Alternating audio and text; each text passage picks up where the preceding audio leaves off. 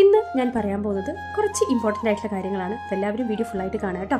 ഇപ്പം നമ്മുടെ നാട്ടിലൊക്കെ അമ്മായിയമ്മ മരുമകൾ പ്രശ്നങ്ങൾ അത് ഏറ്റവും കൂടുതൽ നടന്നുകൊണ്ടിരിക്കുകയാണ്. ഇപ്പം ഞാൻ ഈ ഒരു വീഡിയോയിൽ കാര്യങ്ങൾ പറയുമ്പോൾ നിങ്ങൾ പറയും ഞങ്ങളുടെ നാട്ടിൽ അങ്ങനെയൊന്നും ഇല്ലെന്ന് പറയും. പക്ഷേ എങ്കിലും ഏകദേശം നാട്ടിൽ ഇതുപോലെ സംഭവിക്കാറുണ്ട്. പക്ഷേ ഇവിടെ ആൾക്കാരുടെ മുമ്പിൽ മരുമകളായിരിക്കാം കുറ്റക്കാരി, അല്ലെങ്കിൽ അമ്മായിയമ്മയായിരിക്കാം.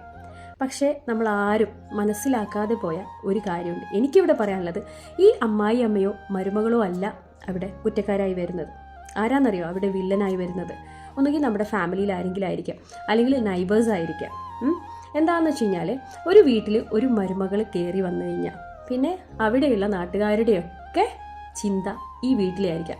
ഇവിടുത്തെ മരുമകൾ എങ്ങനെയായിരിക്കും, അല്ലെങ്കിൽ ഈ അമ്മായിയമ്മയും മരുമകളും എങ്ങനെയാണ് അവിടെ ബിഹേവ് ചെയ്യുന്നത്, മീൻസ് പെരുമാറുന്നത്. അപ്പോൾ അതൊക്കെ ആയിരിക്കാം. ഒന്നുകിൽ അടുത്തുള്ള ഫാമിലീസിൽ ഉണ്ടാവാം, അല്ലെങ്കിൽ ഞാൻ പറഞ്ഞില്ല നൈബേഴ്സ് ഉണ്ടാവും. അപ്പോൾ ഇവരൊക്കെ ഇതിനിങ്ങനെ നോക്കിക്കാണും. അങ്ങനെ ഈ മരുമകൾ എവിടെയെങ്കിലും പുറത്തൊക്കെ പോയ സമയത്ത് ഒന്നുകിൽ അപ്പുറത്തെ വീട്ടിൽ നിന്ന് ആരെങ്കിലും എല്ലാം അങ്ങ് വരും. വന്നിട്ട് ഈ അമ്മായിയമ്മയോട് ചോദിക്കും, എങ്ങനെയുണ്ട് പുതിയ മരുമകൾ, ആൾ ഓക്കെ ആണോ, നിങ്ങൾ പറഞ്ഞതുപോലെയുള്ള മരുമകളാണോ എന്നൊക്കെ ചോദിക്കും. അപ്പോൾ ഈ അമ്മായിയമ്മയുടെ വായിൽ നിന്ന് ഒന്നും ഒളിപ്പിച്ച് വെക്കാത്ത അമ്മായിയമ്മയാണെങ്കിൽ അവരുടെ വായിൽ നിന്ന് ഈ മരുമകളെ പറ്റിയിട്ടുള്ള സത്യങ്ങളൊക്കെ പുറത്തു വരും. മീൻസ് അവൾ എങ്ങനെയാണോ അതൊക്കെ ഇവർ പറയും.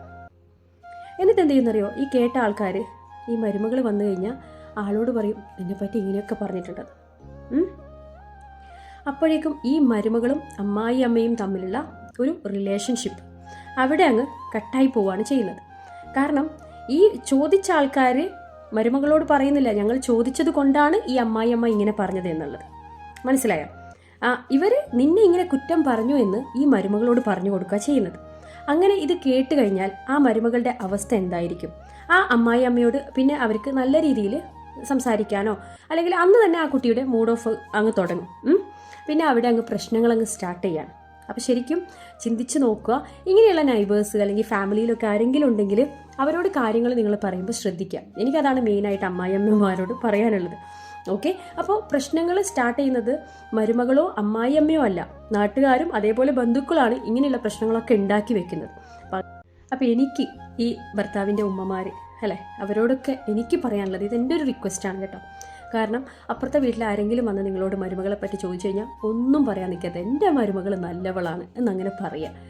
ഇവരാഗ്രഹിച്ച പോലുള്ള കാര്യങ്ങൾ അവർക്ക് കിട്ടാതിരിക്കുമ്പോൾ അവരങ്ങ് പോയിക്കോളും. ഓക്കെ, അപ്പോൾ അങ്ങനെയുള്ള ആൾക്കാരെ നമ്മൾ മാക്സിമം ഒഴിവാക്കുക. ഒരിക്കലും നിങ്ങളുടെ വീട്ടിലെ പ്രശ്നങ്ങൾ അവർക്ക് പ്രശ്നങ്ങളായി മാറില്ല, അത് നിങ്ങൾക്ക് മാത്രമാണ് പ്രശ്നങ്ങൾ. അപ്പോൾ നിങ്ങളാണ് നിങ്ങളുടെ മരുമകളെ പറ്റിയിട്ട് നല്ലത് പറയേണ്ടത്. അങ്ങനെ പറയുവാണെങ്കിൽ ആ ഒരു പ്രശ്നങ്ങൾ അവിടെ ഒഴിവായി പോവുകയും ചെയ്യും. ഓക്കെ, അപ്പോൾ വീഡിയോ ലൈക്ക് ചെയ്യാനും ഷെയർ ചെയ്യാനും മറക്കരുതേ. Thanks for watching.